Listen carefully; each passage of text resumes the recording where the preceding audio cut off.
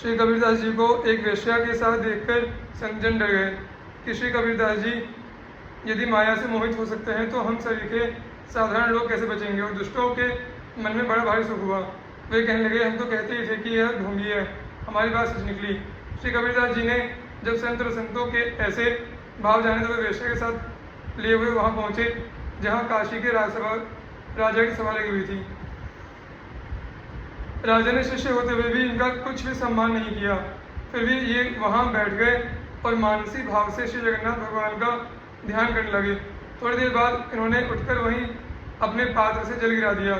यह देखकर राजा के मन में कुछ चिंता हुई और उसने पूछा, आपने यह क्या किया, जल क्यों गिराया।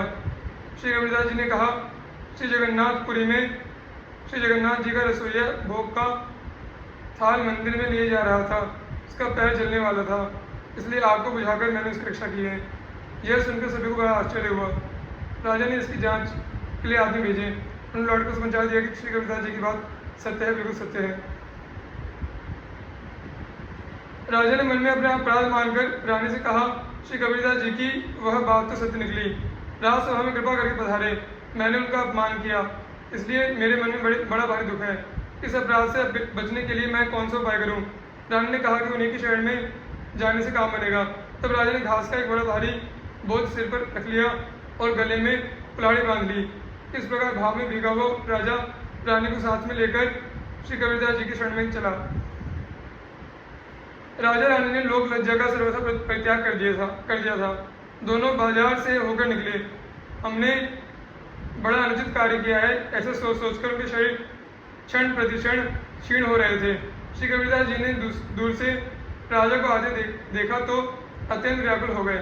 वे उठकर राजा के पास आए और उन्हें घास का बोझ उतरवा दिया, गले से कुल्हाड़ी खुलवा दी।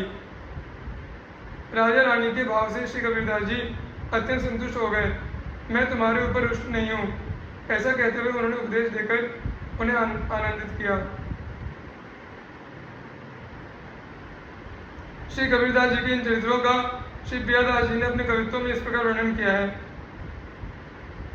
ब्राह्मण को रूप धरी आए छिपी बैठे जहाँ, काहे को मरत भौन जावो जो कबीर के, को जाए द्वार ताई देते हैं 2.5 सेर बेर जिनी लावो, चले जाओ यो बहीर के, आए घर मान देखी निपट मगन भय, नए नए कौतुक ये कैसे रहे धीर के, बाहर मुखी लई संग मानो वाही रंग रंगे, जानो यह बात करी डर अति भीर के, संत देखी डरे सुख भयोई असंतनी के, तब तो विचार मन मान और आयो है, बैठे नृप सभा जहाँ गए पेन मान कियो, यो एक चोज उठी जल ढर कायो है, राजा जी सोच करो करो कहा, कहो तब जगन्नाथ पंडा पाव जल बचायो है, सुनी अचरज भरे निपन्न पठाए नर, लय सुधी कही अजु साच ही सुनायो है।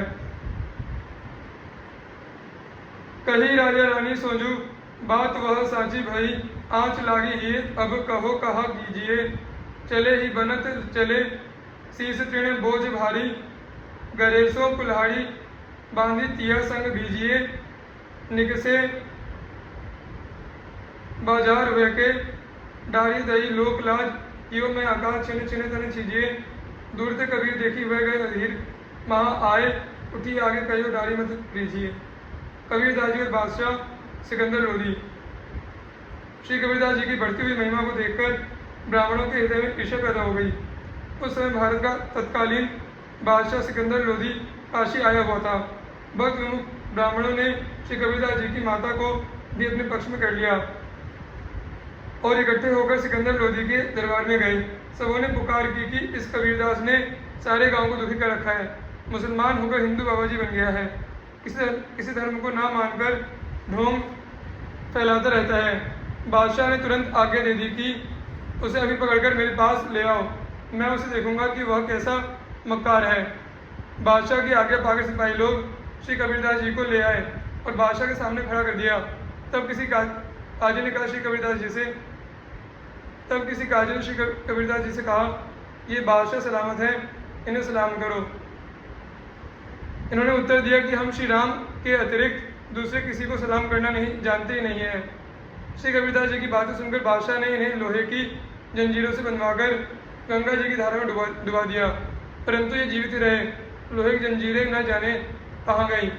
ये गंगा जी की धारा से निकलकर तट पर खड़े हो गए। पश्चात बादशाह की आज्ञा से बहुत सी लकड़ियों में इन्हें दबाकर आग लगा दी गई। उस समय नया आश्चर्य हुआ कि सभी लकड़ियां जलकर भस्म हो गई और उनका शरीर इस प्रकार चमकने लगा जिसे देखकर तपे हुए सोने की चमक भी लज्जित हो जाए। जब यह उपाय भी व्यर्थ हो गया तो एक मतवाला हाथी लाकर उसे उनके ऊपर झपटाया गया, परंतु लाख प्रयत्न करने पर भी हाथी श्री कबीरदास जी के पास नहीं आया। बड़ी जोर से चिंगाड़ कर दूर भाग जाता था। उनके समीप में हाथी के न आने का कारण यह था कि स्वयं श्री राम जी सिंह का रूप धारण कर श्री कबीरदास जी के आगे बैठते। बादशाह सिकंदर लोधी ने श्री कबीरदास जी का ऐसा अद्भुत प्रभाव देखा तो वह सिंहासन से कूदकर इनके चरणों में गिर पड़ा और हाथ जोड़कर प्रार्थना करने लगा कि अब आप कृपा करके ईश्वर के कोप से मुझे बचा लीजिए। श्री कबीरदास जी ने कहा, अब कभी भी किसी साधु संत के ऊपर ऐसा गजब न करना। बादशाह ने कहा, प्रभु, गांव, देश तथा अनेक सुख सुविधा के सभी सामान जो जो आप चाहें वह सब मैं आपको दूंगा। तब आपने उत्तर दिया, हम तो केवल श्री राम जी को चाहते हैं और उन्हीं को अष्ट प्रहर जपते हैं। दूसरे किसी धन से हमें कुछ भी प्रयोजन नहीं है। इस प्रकार बादशाह से सम्मानित होकर आप अपने घर आए। श्री कबीरदास जी की वजह से वे विरोधी ब्राह्मण लोग अत्यंत लज्जित हुए। साधुओं से शाप दिलाकर इन्हें परास्त करने के विचार से उन्होंने अपने में से 4 ब्राह्मणों के सुंदर वैरागी साधुओं के जैसे वेश बनाए। उन चारों को चारों दिशाओं में भेज दिया। वे लोग दूर दूर तक गाँव में साधुओं के स्थानों और नामों को पूछ कर सब जगह सबको निवेदन दे आए कि अमुक दिन श्री कबीरदास जी के यहाँ भंडारा है, वस्त्र और दक्षिणा का भी प्रबंध है, आप पधारें। भंडारा सुनकर अगणित साधु संत श्री कबीरदास जी के यहाँ आए। तब आप घर से अलग कहीं दूर जाकर छिप गए। अपने भक्त की प्रतिष्ठा रखने के लिए भगवान स्वयं श्री कबीरदास जी का रूप धारण करके आकर भंडारे के प्रबंध करने लगे। बड़ी बड़ी पंगतें बैठ गई। अब कबीरदास जी भी आगे लेने में मिल गए। भगवान ने खिला पिलाकर और दान सम्मान से सभी साधु संतों को तथा श्री कबीरदास जी को भी अच्छी प्रकार से प्रसन्न किया। उक्त घटनाओं का वर्णन श्री कबीरदास जी ने अपने कवित्व में इस प्रकार किया है।